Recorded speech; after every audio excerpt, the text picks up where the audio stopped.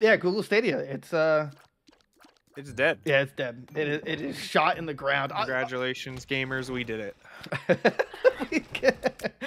I, I don't think anyone was. I mean, I don't think anyone was actively rooting for Stadia to die, but they kind of just brought it upon themselves because, you know, Google just doesn't know what to do anymore with things other than Google. Yeah.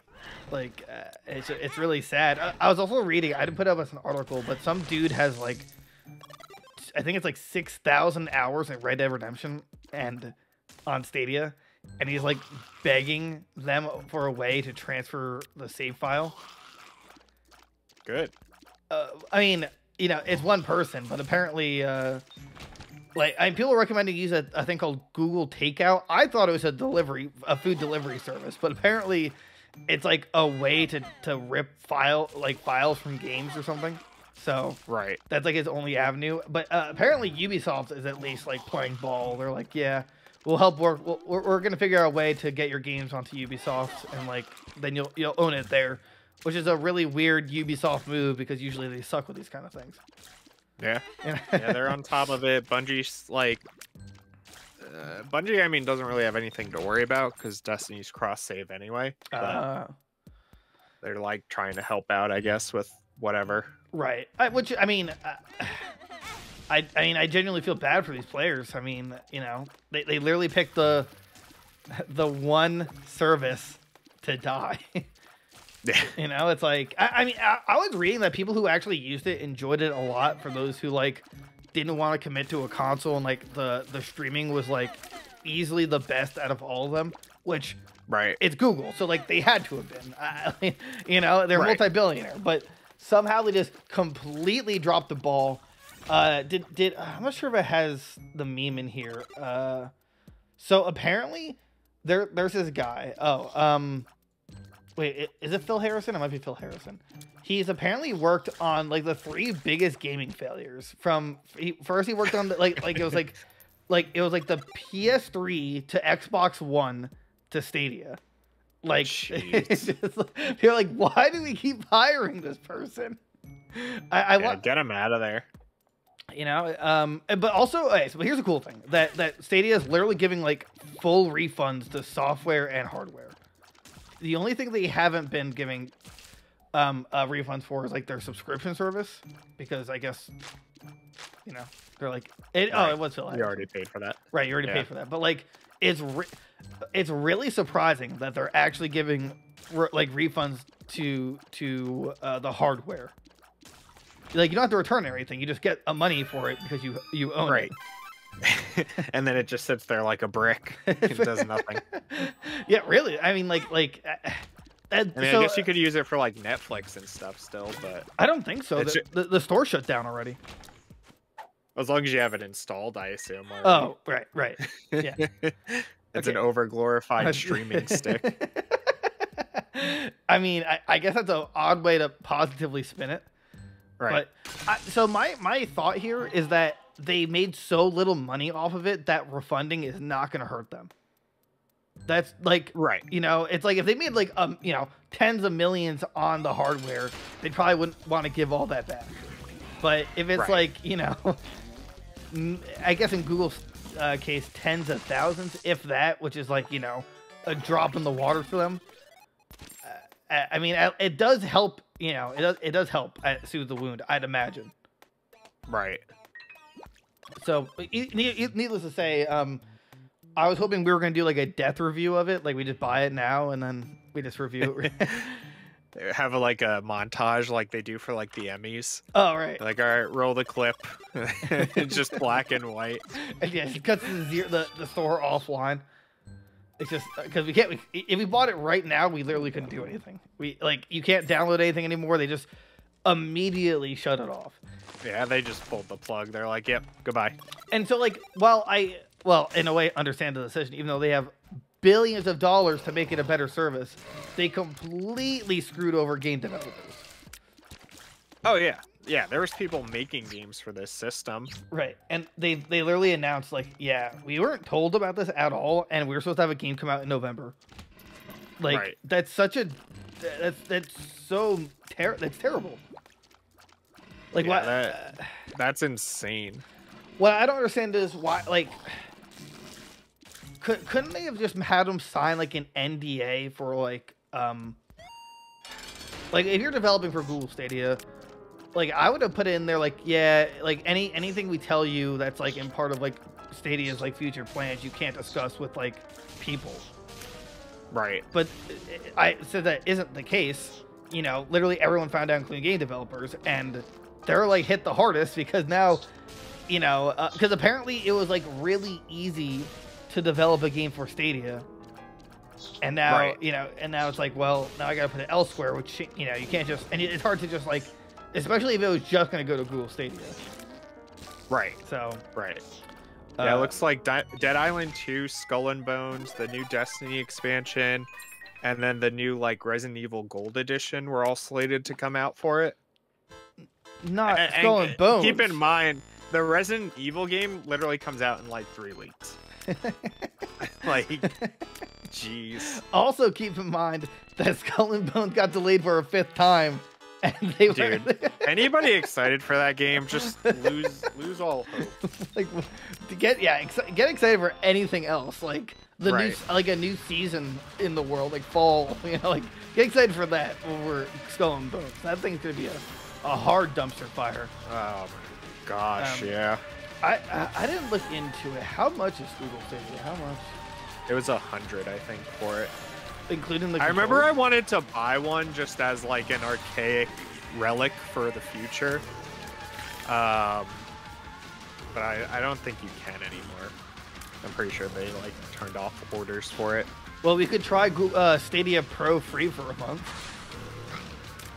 Yeah. It's so terrible. And I thought that, like, why do you want this? I mean, the system. Show me this system. I thought it's like just a console, or no, there's a plugin, right? I could have sworn you could have just. There's a console and a controller. Right, but I thought you could have played it from like the Chrome. Yeah, I think the console is just a Chromecast, to be honest. Yeah, yeah, which, yeah, that's not really a console. It's just, I guess. Well, yeah, that was just how they got it onto a TV if you didn't have Chromium. Yeah, it came with a Chromecast Ultra and the controller. It looks like you can trial any game on here for like between 30 and 90 minutes. So I'm gonna trial My Little Pony: A Maritime Bay Adventure, and you know, we're gonna see what I get for the 30 minutes. Yeah, I didn't really get. You think Ubisoft's pissed because they had like a deal with them since the beginning to get like. Oh, everything was coming out for their system. Well, it's heartbreaking. It's hard. Yeah, I mean, yeah, that's one way to put it. I mean, it's heartbreaking for, well, right, the developers, but, and I guess the like 8 players that were actively using this. Right. And then I was also reading there's like a rumor that Hideo Kojima was like, he pitched to make the sequel to Death Stranding exclusive to Stadia. But they turned it down purely because he wanted only single player and no multiplayer aspect to it. Right. Which, I mean, how believable do you think that is? I don't know.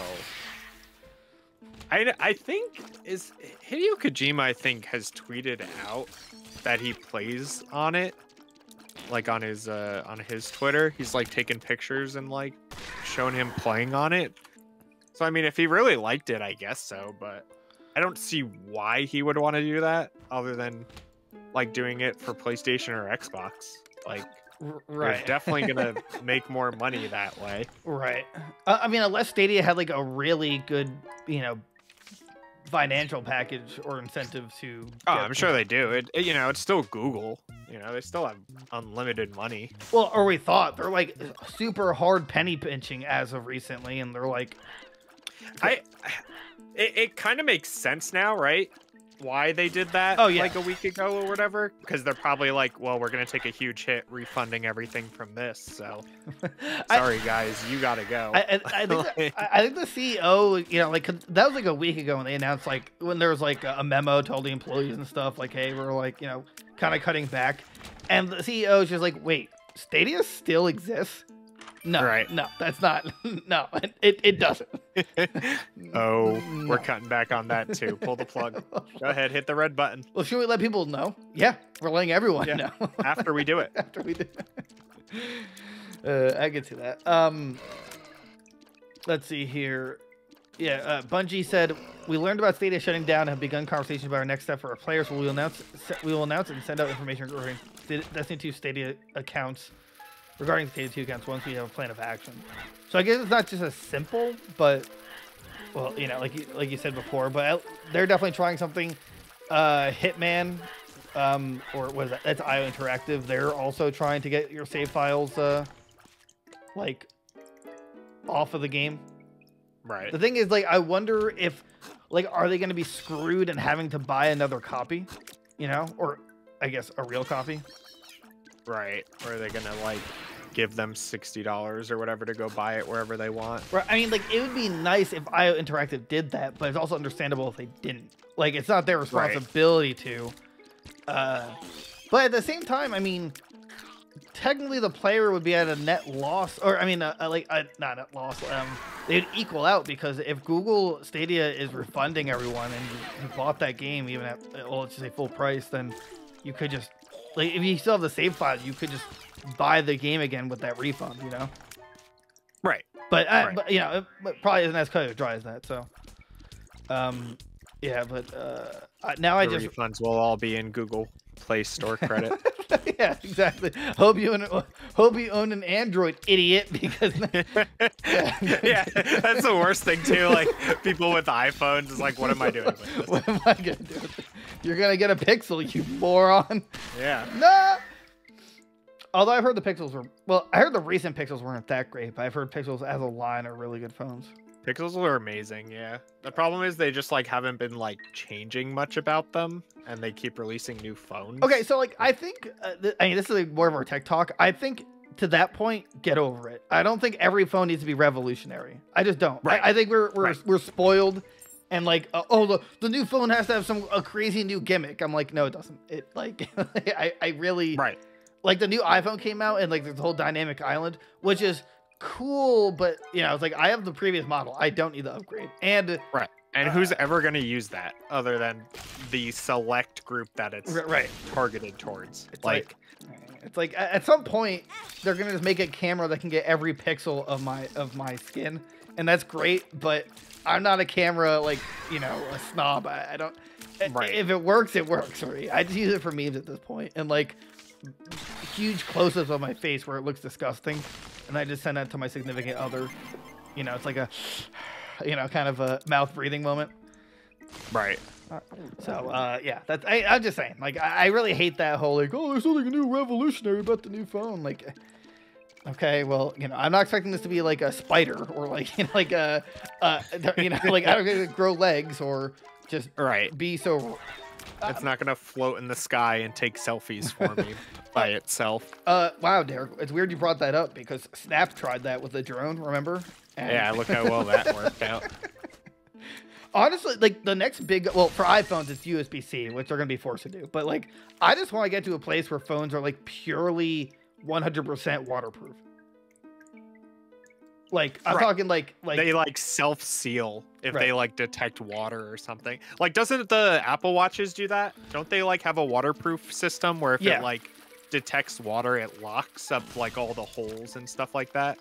Yeah, and then it'll, like, I've had it done before, and it'll kind of give up the people, like, hey, it's water detected, you have to take these steps to get the water out, and it's like you just turn the crown and it just like shoots out. It's pretty impressive.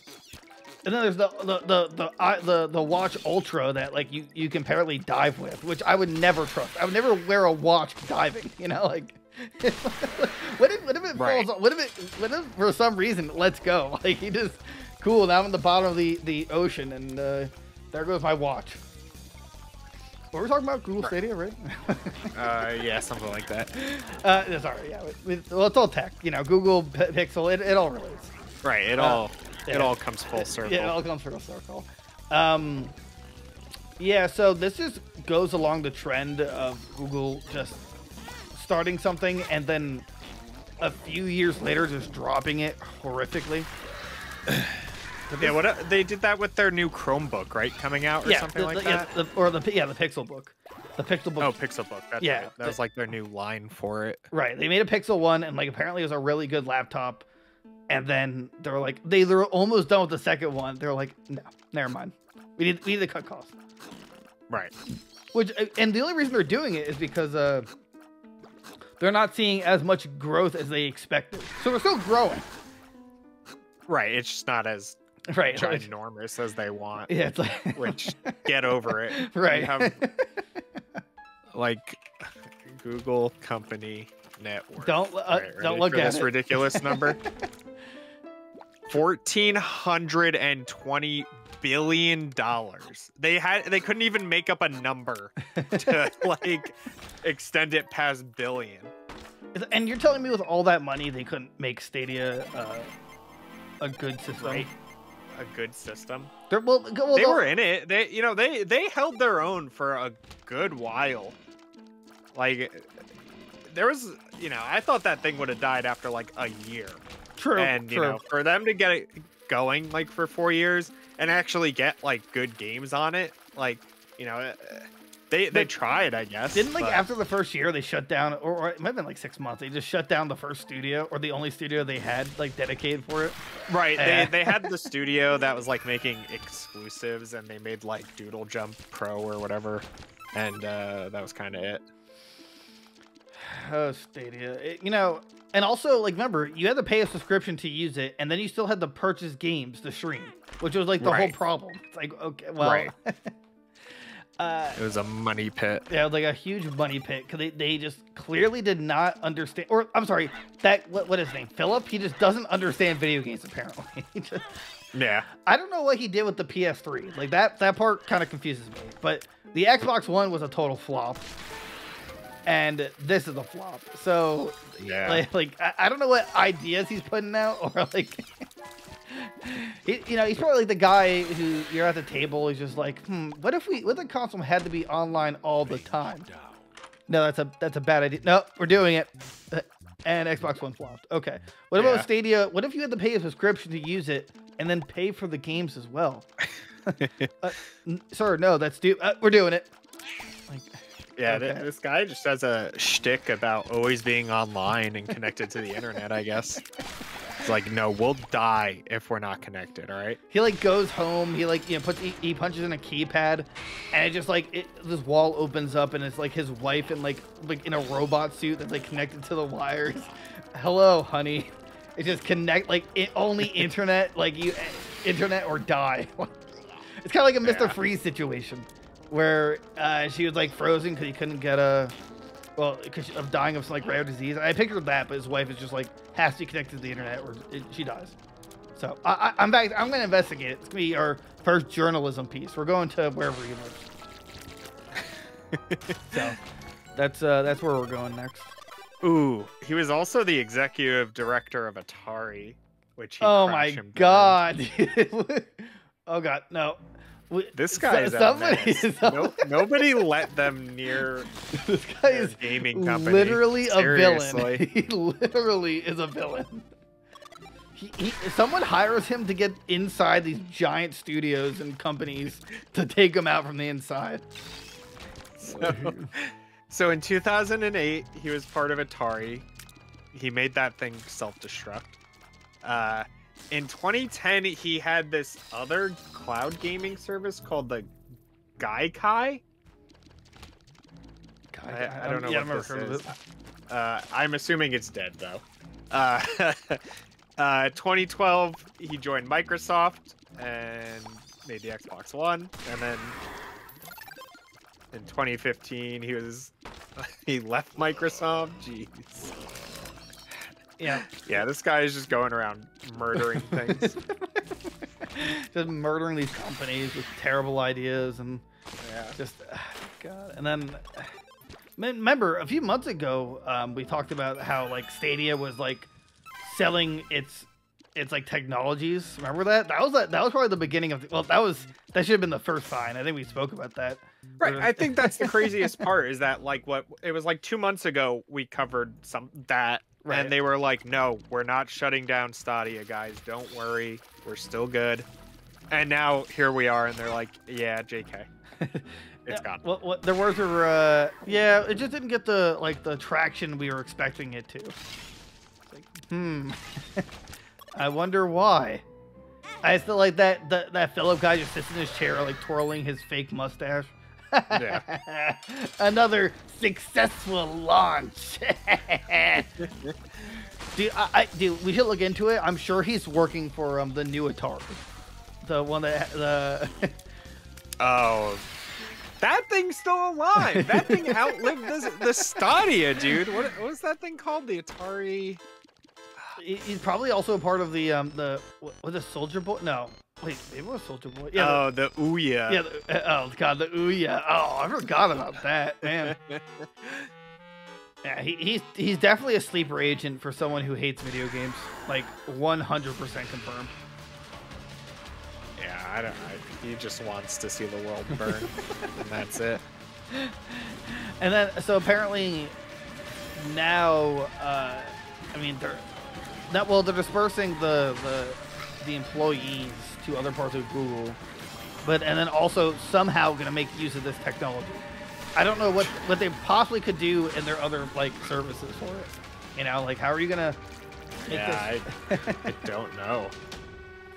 But don't worry, apparently at some point AT&T allowed customers to stream Arkham Knight for free by using Stadia's tech as like a demo. Oh, nice. Yeah, good for them. Here, try out this game for a system that's about to die. Yeah. What was this? Enjoy it while it lasts. Okay, this is October of last year, so at least they got their kick. You know, they got what they wanted out of it. They got to enjoy it before it was taken away. God, I wish we had one. I would love to. I wish I knew the joy of like getting home and opening up